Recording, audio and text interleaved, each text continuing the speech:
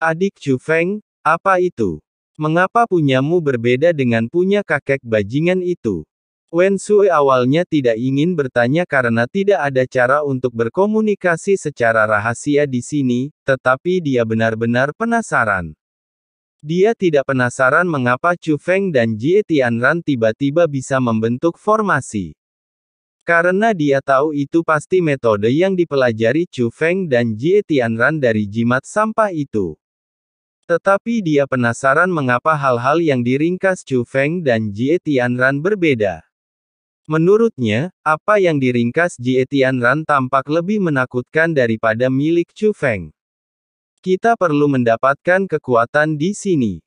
Hanya ketika kita memiliki kekuatan yang cukup, kita bisa membuka gerbang penghalang dan meninggalkan tempat ini.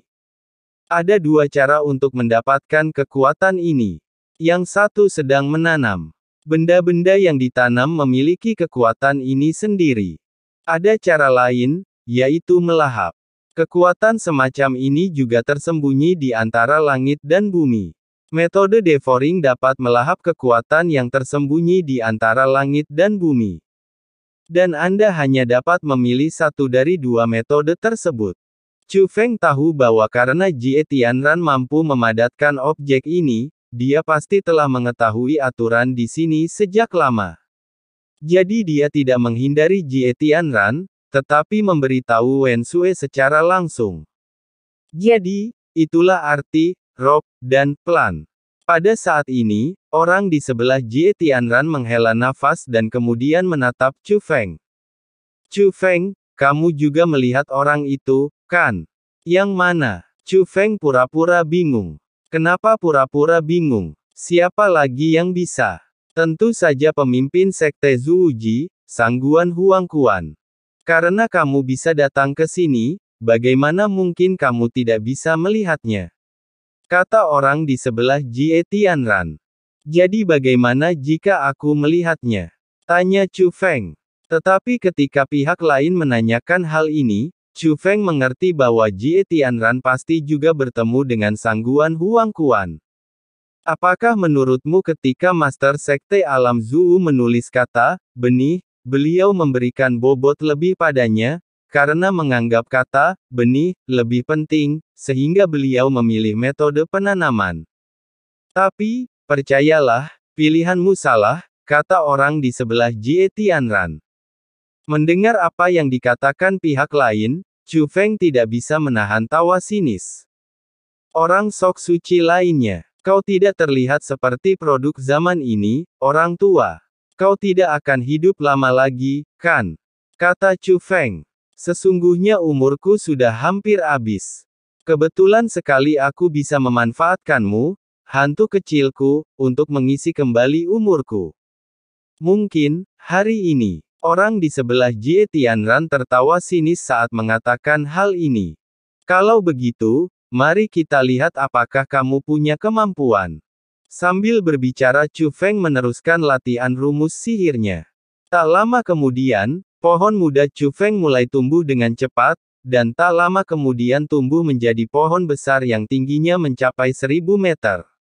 Namun dibandingkan dengan Chu Feng, benda yang dipadatkan oleh Jie Tianran telah keluar dari cangkangnya dan berubah menjadi monster merah yang tingginya 100 meter dan panjang 300 meter.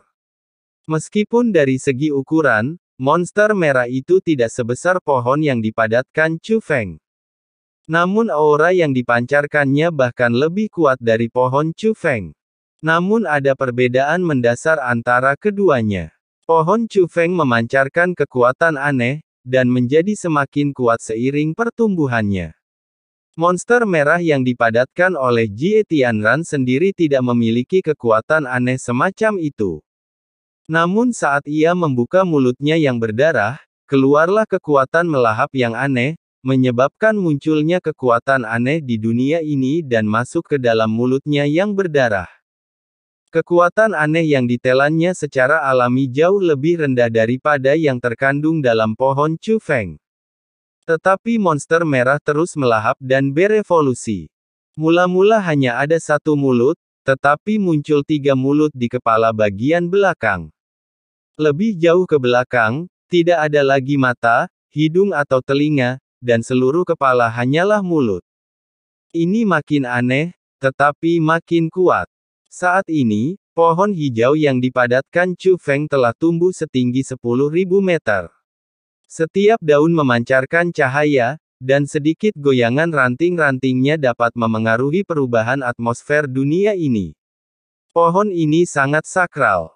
Monster merah yang dipadatkan oleh Jie Tianran juga tumbuh menjadi monster raksasa sepanjang 1000 meter. Kekuatan aneh yang terpancar dari tubuhnya, meskipun tidak sekuat pohon Chu Feng yang menjulang tinggi, sudah mulai mendekat. Namun, kekuatan yang terkandung di dunia ini jelas terbatas, dan kekuatan yang dapat diserap monster merah semakin berkurang. Gemuruh. Tiba-tiba seluruh dunia dipenuhi dengan suara gemuruh, dan langit serta bumi di kejauhan mulai runtuh dan hancur. Keruntuhan menyebar ke tempat mereka berada.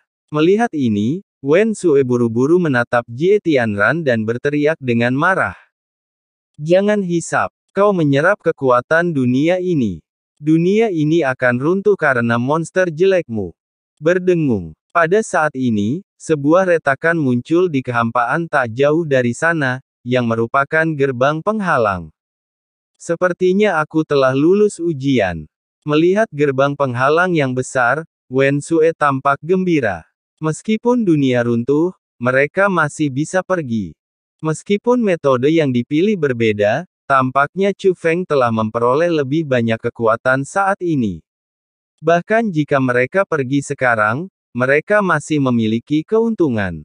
Melihat ini, Chu Feng mengubah mantranya, dan pohon yang menjulang tinggi itu mulai menyusut, tetapi kekuatannya tidak berkurang. Chu Feng ingin mengambil pohon ini dari sini. Karena kekuatan aneh yang ada di dalam pohon itu, pasti akan berguna nantinya. Jie Tianran terbang lurus menuju gerbang penghalang. Monster merah jelek itu mengikuti Jie Tianran seperti hewan peliharaan.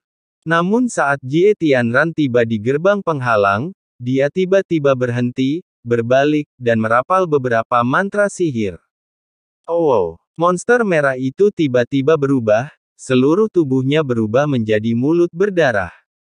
Pada saat yang sama, kekuatan hisap yang sangat kuat dilepaskan, tetapi kekuatan hisap terkonsentrasi pada satu titik, mengunci pohon menjulang tinggi milik Chu Feng. Wus-wus. Saat berikutnya, kekuatan aneh pohon menjulang milik Chu Feng tampak jelas dilahap oleh monster merah itu. Jie Tianran, sialan, apakah kamu orang jahat? Wen Sue melihat ini dan mulai mengumpat. Chu Feng tetap diam, tetapi mengerutkan kening dan mempraktikkan beberapa mantra, mencoba menahan serangan monster merah itu. Meskipun berhasil, efeknya terbatas. Orang di sebelah Jie Tianran juga berbicara lagi. Chu Feng, apakah menurutmu tuan muda ini dan Jie Tianran tidak bisa melihat bahwa memilih metode penanaman dapat memperoleh lebih banyak kekuatan? Tapi guru ini dan Jie Tianran sama-sama tahu satu kebenaran dengan sangat baik. Ujian di sini jelas bukan sekadar ujian biasa, melainkan ujian yang erat kaitannya dengan dunia bela diri. Di dunia seni bela diri ini, mereka yang jujur dan berbakti hanyalah domba yang harus disembelih. Hanya mereka yang kejam dan berani merampok orang lain yang dapat berdiri di puncak dunia seni bela diri. Jika Anda harus memilih antara meraih dan menanam, Anda harus memilih meraih. Seperti yang kami duga, binatang pemakan ini dapat berevolusi lagi setelah melahap sejumlah makanan tertentu. Sekarang, apakah kamu mengerti? Kamu pikir kamu punya keunggulan, tapi kamu tidak tahu bahwa kamu sebenarnya mempersulit kami. Orang di sebelah Jie Tianran sangat bangga. Karena setelah dilahap oleh monster merah, kekuatan aneh yang dipancarkannya telah melampaui pohon menjulang tinggi milik Chu Feng.